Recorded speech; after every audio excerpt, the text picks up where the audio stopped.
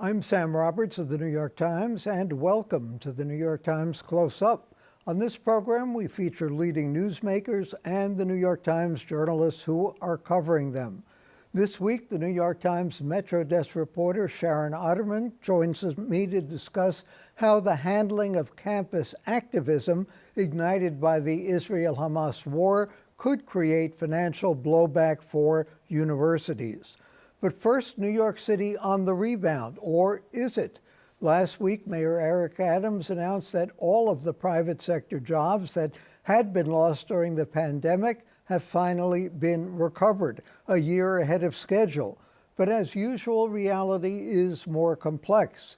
Metro Desk reporter Stefanos Chen has been following that story, and he's here to give some nuance to the mayor's claims. So, Stefanos, have we regained all those jobs from the pandemic, or haven't we? Well, it depends how you ask. According to the city and their Office of Budget Management, yes, they have.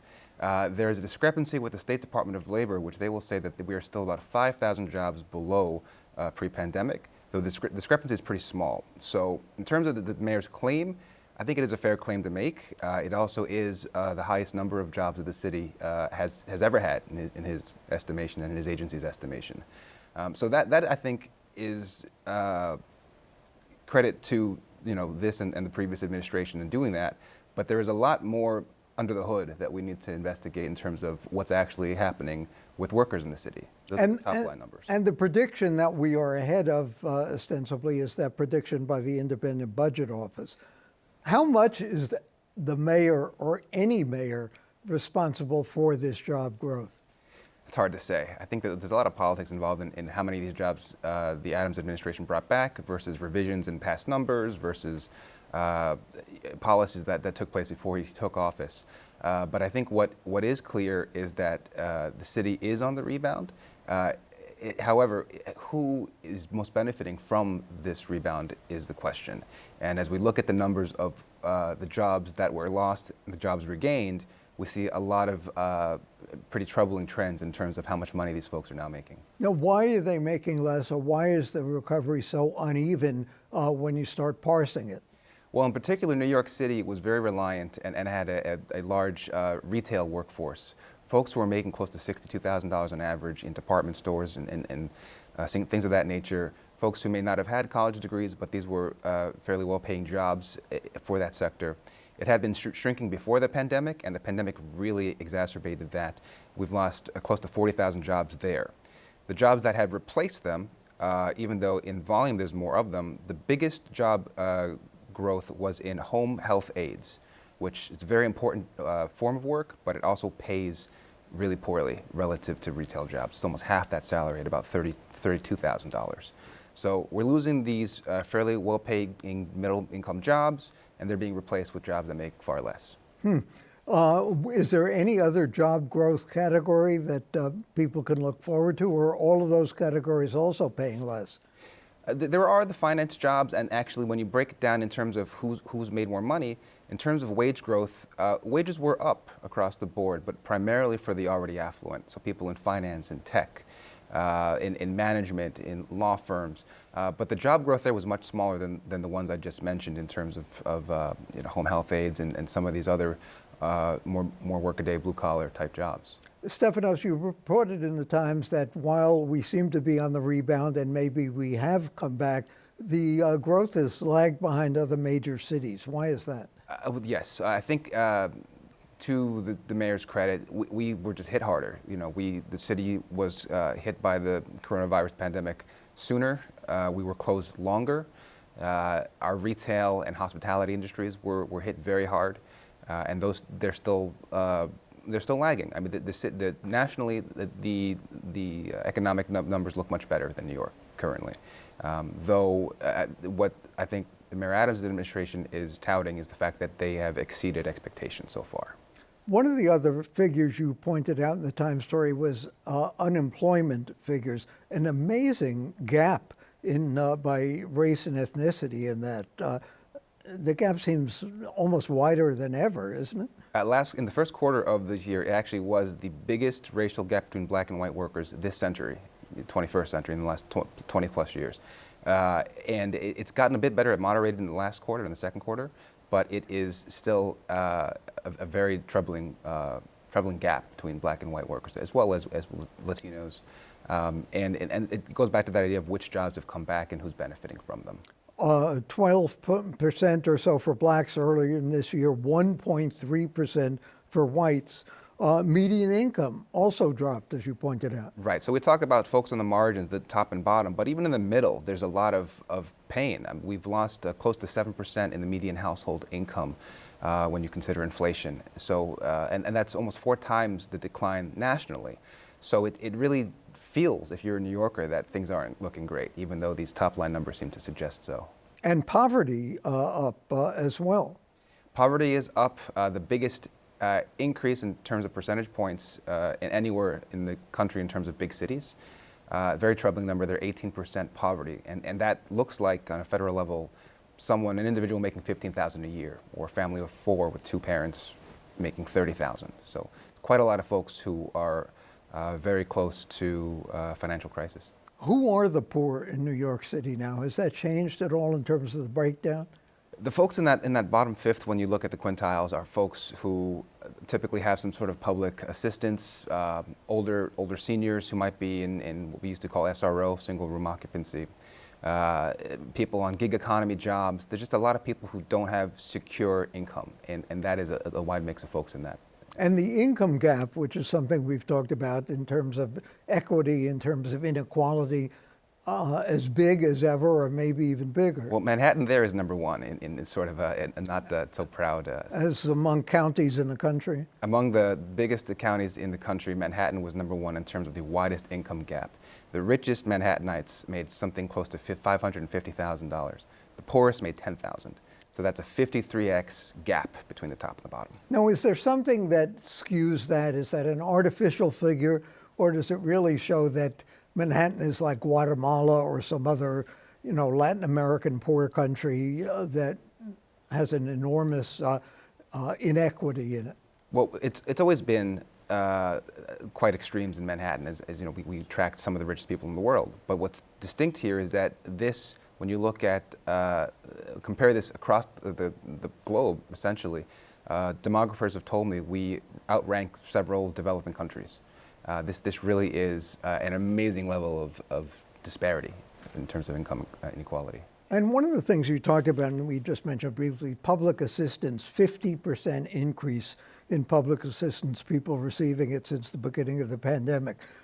How does that bode, and this is before we have the influx of migrants really, what does that bode for the city? And a lot of that money comes from state and federal sources, but also from the city.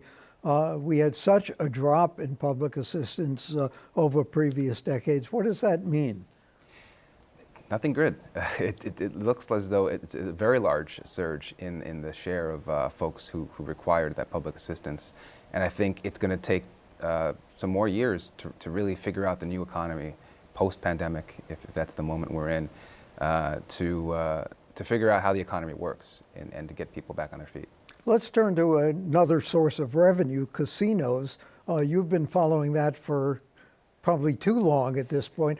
Bring us up to date on what the status is of choosing casinos and what the potential casino operators are offering. I mean, they seem to be throwing everything on the table.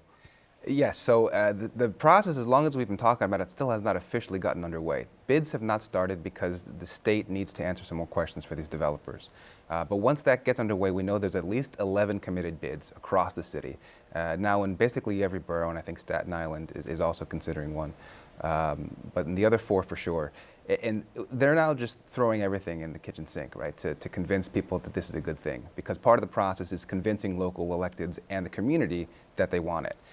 So in the early days, we saw some pretty gimmicky things. There was a Ferris wheel proposal. That is now out. They put the kibosh on that. But what we're seeing, affordable housing is now being sort of dangled as a carrot for folks in the communities. Very many of these projects will have some housing components.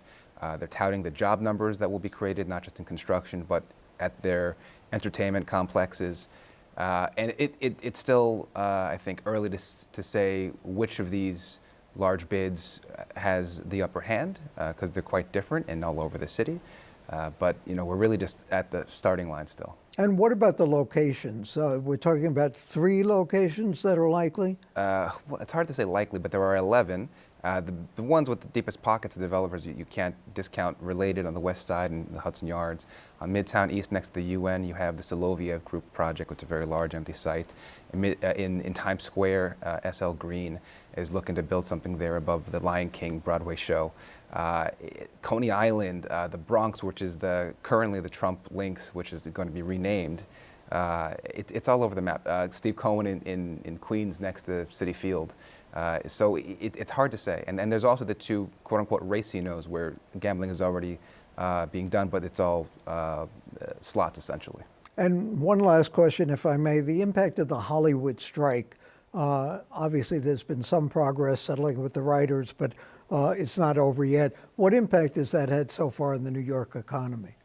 It's been hard. It's actually film and TV has been a bright spot in the economy since the pandemic. So to have that entire faucet turned off, because of the strikes, has been very difficult. We talked to a lot of the below the line workers in production, in makeup, in costuming, and those are the folks who are really hurting because they rely so much on this industry. And folks, I think, don't recognize it's more than actors and producers. It's the people who make the show work. A lot of money coming into New York that isn't coming in anymore. Stefanos Chen, Metro reporter for the New York Times, thank you for joining us. And coming up next, campus activism threatening donor funding.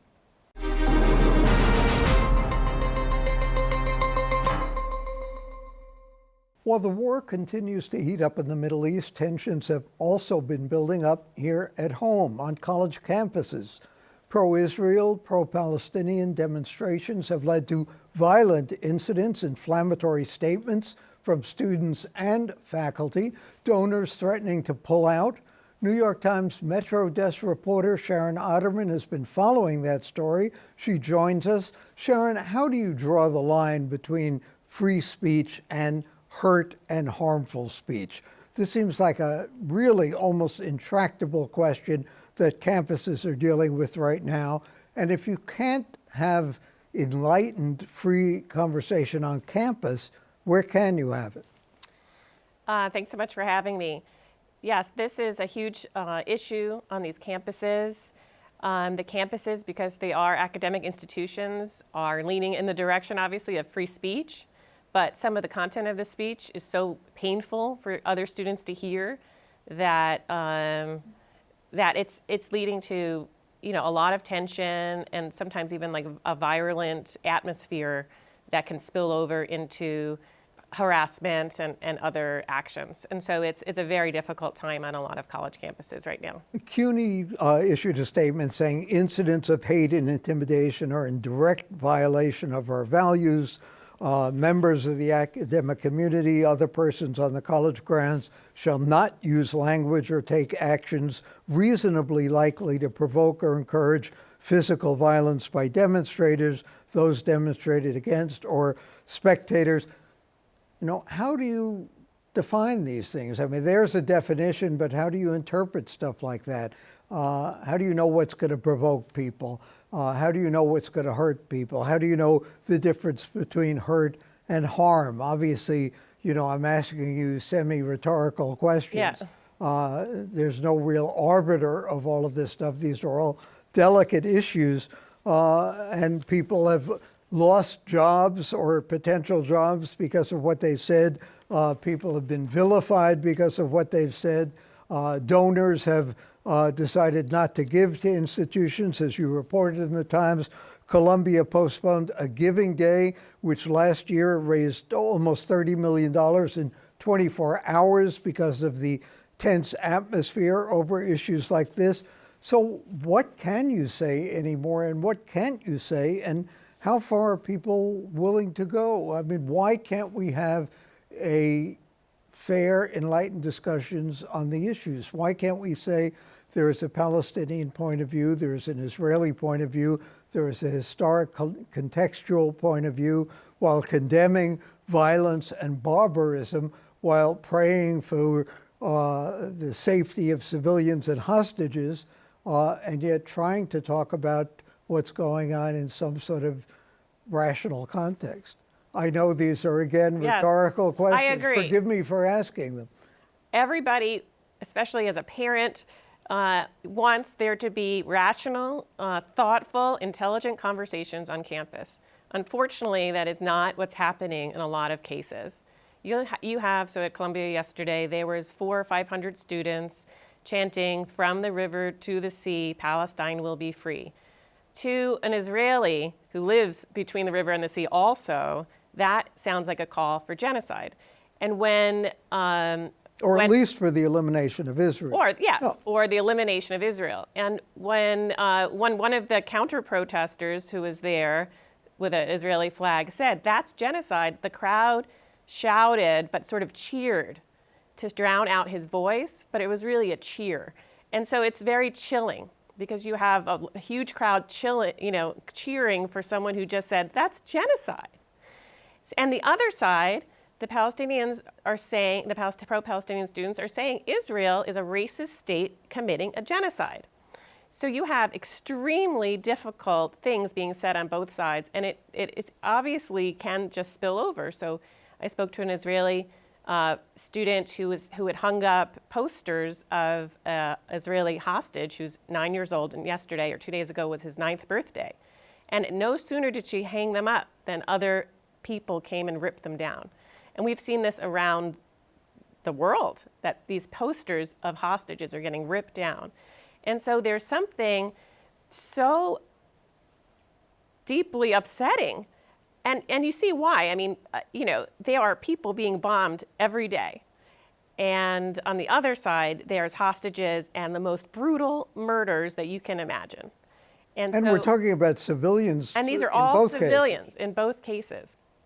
So now as a student, of course, we think of students as idealists, right? So the students standing up for Palestine, I think most of them just want no innocent people to die, but it's painted in, as Israel is a colonial terror state.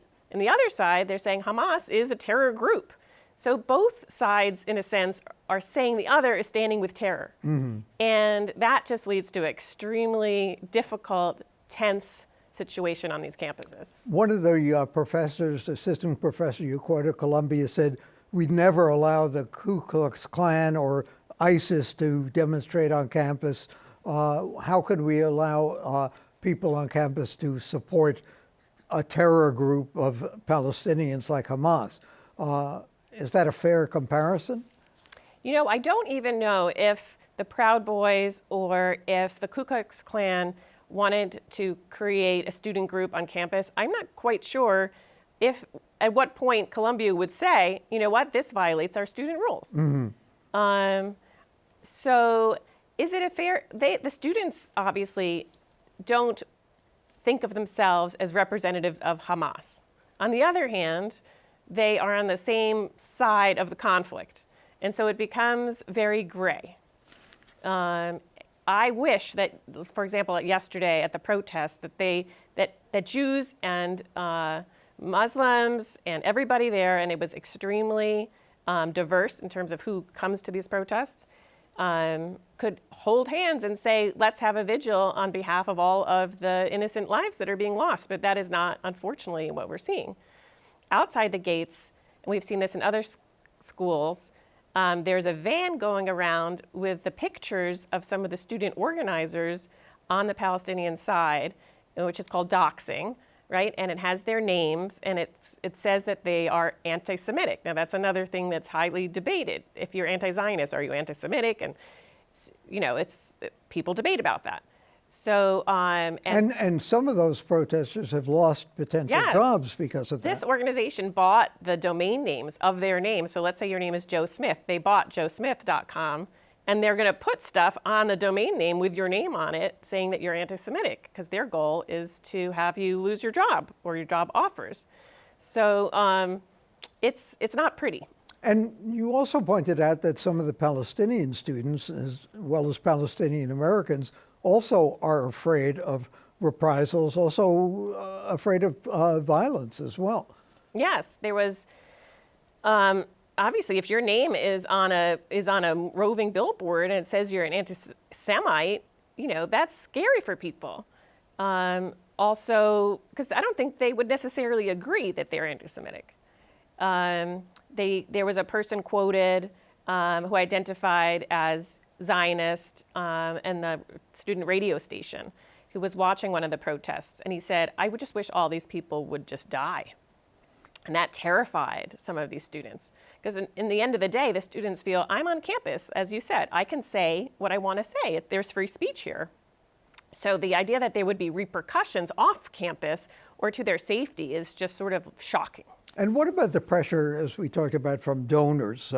Donors are very crucial to universities, City University, every other institution of higher education. The donors are saying that college officials are not speaking out loudly enough against people who seem to be supporting terror on either side. First of all, is that true? And secondly, are the donors putting undue pressure on the leaders of institutions that supposedly have academic freedom? Regarding the pressure, it's hard to see if the pressure has had an impact yet. For example, the Palestinian students want Columbia to divest from Israel, and also Columbia is planning a campus on Tel Aviv. So they also want them to shut down their Tel Aviv campus project. So that has not happened. So I don't know if there's been, or if there's actual changes being wrought by the donors pulling out, but it's definitely, there could be in the future. I just got an email this morning that Leon Cooperman, another billionaire, has decided not to give to Columbia anymore, and he's given about $50 million so far. And is these only Jewish donors, or is it more across the board? So far, the ones that we've heard about are Jewish donors. Mm-hmm. But I could see as this gets worse, there's also Saudi donors, and there's other big money donors from across the world, that give money to these institutions. So there could be an impact in that as well. And the assistant professor I mentioned before called the new president of Columbia a coward for not going far enough in denouncing people who seem to be supporting terror. How do we measure how far a college administrator goes in denouncing groups that seem to be supporting terror or seem to be congratulating Hamas? It is a very difficult line for colleges. If the terror attack of October the 7th had happened in isolation, I'm sure we would have seen a lot of statements condemning that specifically. That has now been followed by a mass bombing campaign where thousands of civilians are dying. There's students with families in the region on both sides, and so the faculty and the faculty have academic freedom to say what they want as long as it's not illegal. And so it's a very difficult situation for college administrators. Sharon Otterman of the New York Times, thank you so much for joining us. And coming up next, I'll share some personal thoughts on time.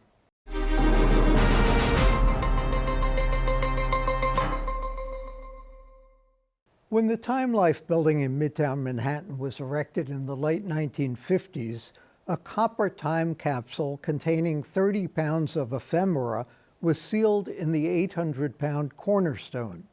Time passed, 55 years to be exact. The building still stands, but the magazine's headquarters moved downtown in 2015. 2 years later, Time Life sold the magazine. In 2020, it no longer appeared every week. The time capsule survived, though. It's scheduled to be open next month at the New York Historical Society to mark the magazine's 100th birthday. The advance word is that, barring a surprise, the contents were pretty prosaic. 2 publications by Life, one on World War II and the other a cookbook. The 1922 prospectus for Time Incorporated, speeches by the founder, Henry Luce, information about Rockefeller Center, and art that appeared in the pages of the magazines. Which begs the question, what would you put in a time capsule? Assuming it's a worthwhile exercise in self-definition, as we approach the city's 400th anniversary and the 250th of the Declaration of Independence. What is the historical evidence worth preserving and that we want future generations to remember us by? Time capsules, by the way, are yet another example of how New York made America. The first planned version is credited to Anna Diem, a New York Magazine publisher, appropriately enough. She assembled what she called a century safe, a big iron box lined in purple velvet to be delivered to the U.S. Centennial Exposition in Philadelphia. It contained a gold pen, snapshots of President Grant, a book on temperance, among other relics.